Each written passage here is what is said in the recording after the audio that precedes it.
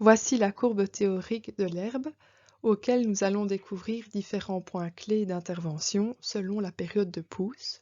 Il est important d'appliquer sa fertilisation à temps.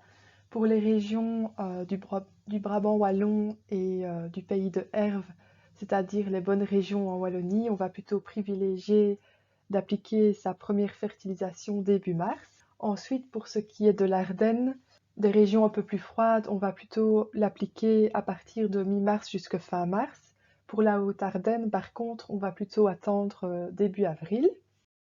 C'est la pousse de l'herbe qui dicte la sortie des animaux en prairie au printemps et non la fin du silo. Lorsque les conditions climatiques et surtout de portance du sol sont bonnes, il est possible de sortir les animaux, peu importe la hauteur et la quantité d'herbe disponible dans les parcelles. Il s'agit d'un prépâturage ou déprimage qui s'effectue assez rapidement sur plusieurs parcelles. L'objectif de cette mise à l'herbe précoce est de mieux réguler la pousse de l'herbe en évitant au maximum d'être débordée lors de l'explosion de la pousse au mois de mai.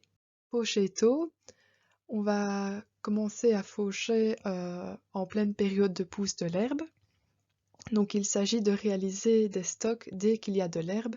Même pour les élevages allaitants, il ne faut pas attendre. Et faucher au stade début épiaison pour optimiser la qualité des fourrages. Des légumineuses pour le moteur azoté. Les légumineuses peuvent apporter de 20 jusqu'à 150 unités d'azote par hectare selon leur proportion dans la prairie. Pâturer des légumineuses.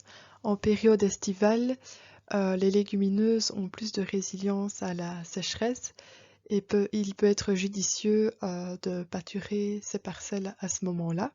Valoriser l'herbe d'automne. En période de repousse automnale, on peut prolonger le pâturage tant que les conditions de portance du sol le permettent. L'herbe d'automne est plus riche en azote soluble, mais complémentée par un apport énergétique. Elle peut aussi être intéressante, même pour des vaches laitières. En conclusion, l'herbe pousse surtout au printemps et repousse toujours. La gestion de l'herbe nécessite toutefois une remise en question permanente. Ne pas valoriser l'herbe quand elle est disponible, c'est gaspiller de l'herbe. Il peut parfois être judicieux de se faire conseiller par des techniciens ou des outils de gestion